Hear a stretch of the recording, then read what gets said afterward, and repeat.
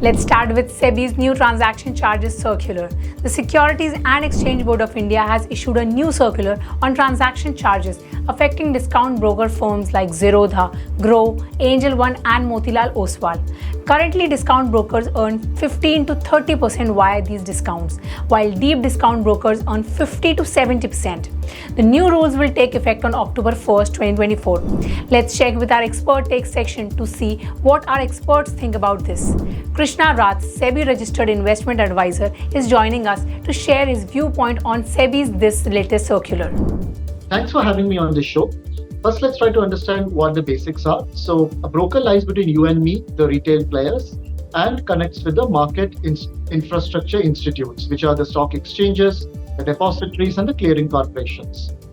So, previously, discounted brokers had an agreement or a tie-up with the market institutions, wherein if they bring large volumes, they would get a rebate on their prices.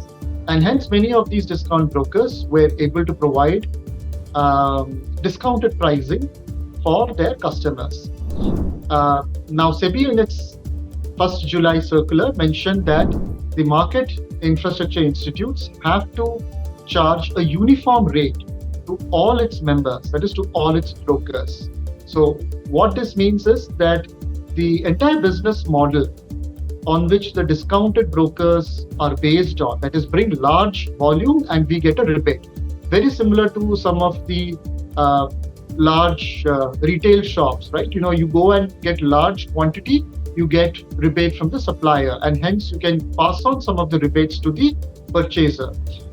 So the discounted brokers were based on that principle. Large volume, we get rebates. SEBI says, no, that's not possible. You cannot get rebates. So the discounted brokers will now have to tweak their pricing models. We may get into a place wherein we may have to face a little bit of charges on the equity deliverables. That is the zero pricing, which is there in most of the discounted brokers, may go away, or it may be that the speculative trading or the F&O trading, intraday trading, they may get charged higher. So it all depends on what the brokers come up with from October 1st. They have time till October 1st. Now, how does it impact investors?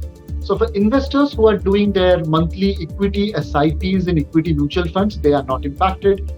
For most of the investors who are looking into stocks and equities as long terms, will be barely impacted.